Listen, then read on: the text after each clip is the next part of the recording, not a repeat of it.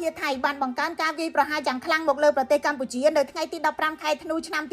2025ដោយបានប្រើយន្តហោះចម្បាំង F16 ចូលទម្លាក់គ្រាប់បែកដល់ខេត្តសៀមរាបក្បែរជំរំភាសឹកនៅក្នុងភូមិសាស្ត្រស្ពានអូជីកនៃព្រំប្រទល់ស្រុកស្រីស្នំនេះបើយោងទៅតាមក្រសួងការពារជាតិកម្ពុជាសៀមរាបជាខេត្តទី7របស់កម្ពុជាដែលរងការវាយប្រហារពីយោធាថៃបន្ថែមពីលើខេត្តព្រះវិហារឧត្តរមានជ័យបន្ទាយមានជ័យបាត់ដំបងពោធិ៍សាត់និងកោះកុងចាប់តាំងពីថៃផ្ដើមបាញ់ផ្លោងចូលកម្ពុជាដំបូងនៅថ្ងៃទី7ខែធ្នូឆ្នាំ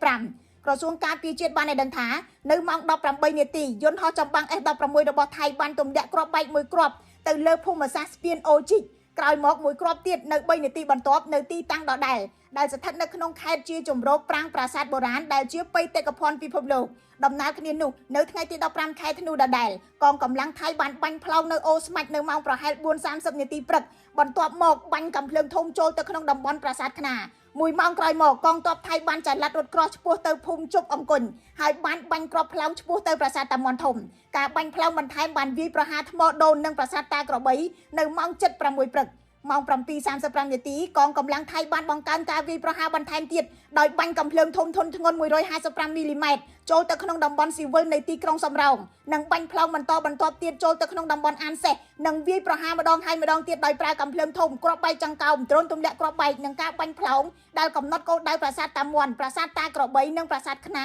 មុនសម្រុកវាយសន្ធប់នៅតំបន់ជុំវិញប្រាសាទព្រះវិហារនៅម៉ោង 9 ព្រឹកថ្ងៃដដែលចំនួនពលរដ្ឋស៊ីវិលកម្ពុជាដែលបាត់បង់ជីវិតបានកើនដល់12នាក់របួស74នាក់និងភៀសខ្លួនជាង40ម៉ឺននាក់គិតត្រឹមព្រឹកថ្ងៃទី15ខែធ្នូឆ្នាំ2025